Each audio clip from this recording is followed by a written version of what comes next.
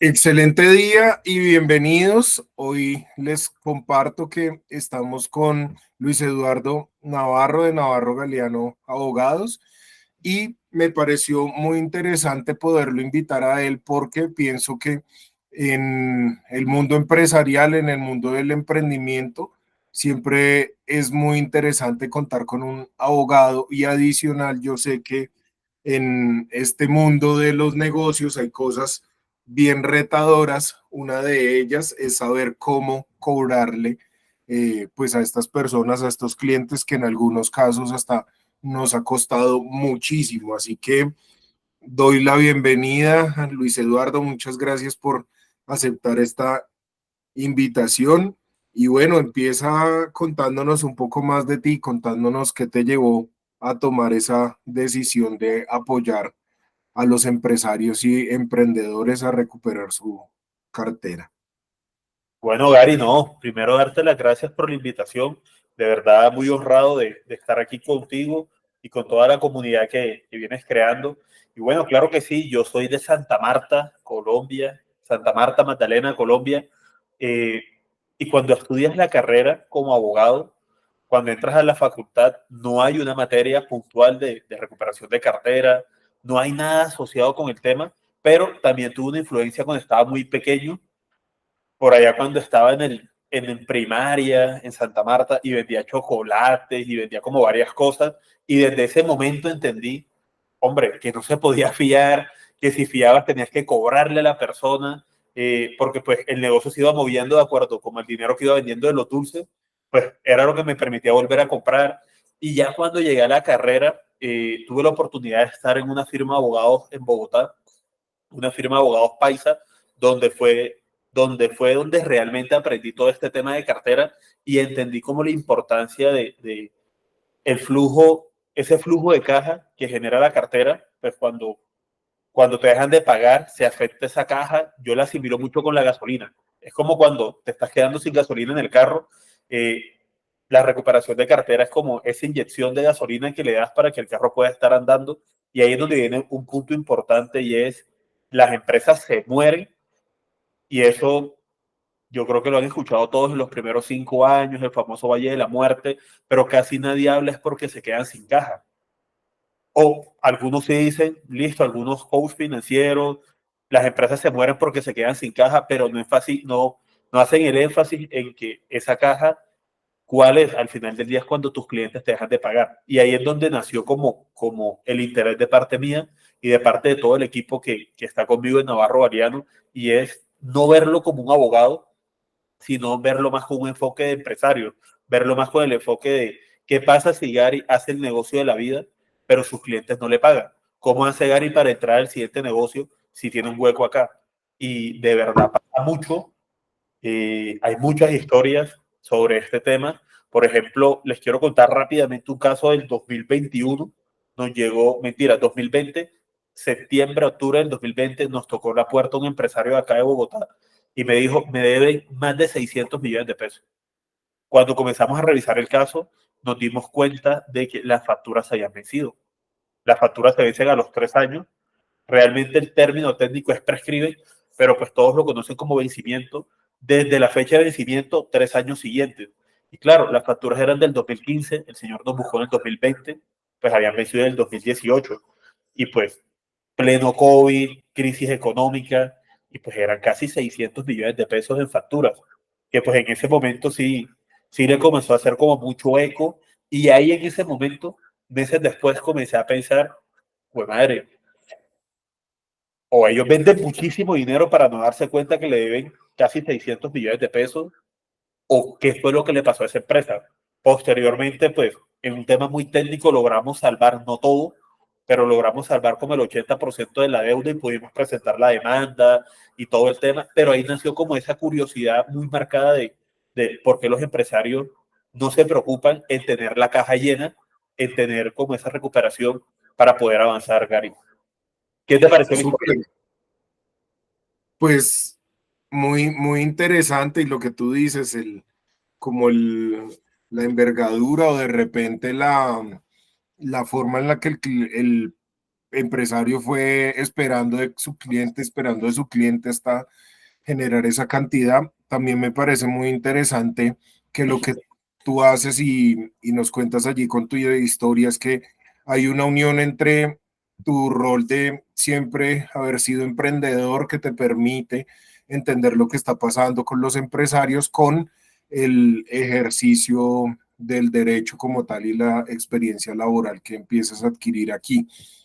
Y pues ya que nos contaste ahí una anécdota, si nos puedes contar otra como para entender en general cuáles son esos típicos errores que cometemos nosotros como empresarios a la hora de empezar a fiar pues y entender que tenemos que tener en cuenta para no llegar a estos puntos de que nos deban 600 millones y que pase eso de que nuestra empresa pueda llegar a ir a ese valle de la muerte en los 5 primeros años. ¿Cómo evitarlo? Claro que sí. Bueno, Gary, hay varios. Yo me voy a enfocar como en unos 3, 5. El primero es vender. O sea, realizas la venta, pero no tienes un documento que soporte la misma. No tienes un contrato, no tienes una factura, no tienes una cotización. Y lastimosamente hay muchas personas que después de que ya recibieron el producto, el servicio, y tú les vas a cobrar, pero Gary, usted a mí no me vendió nada, demuéstrelo. Y claro, se te termina volviendo un problema tratando de demostrar que sí hubo un negocio, que sí entregaste un servicio, lo cual se soluciona o se hubiera evitado con un contrato. Ese es un error muy común que hay en Colombia. eh, el tema pues, del contrato, la factura.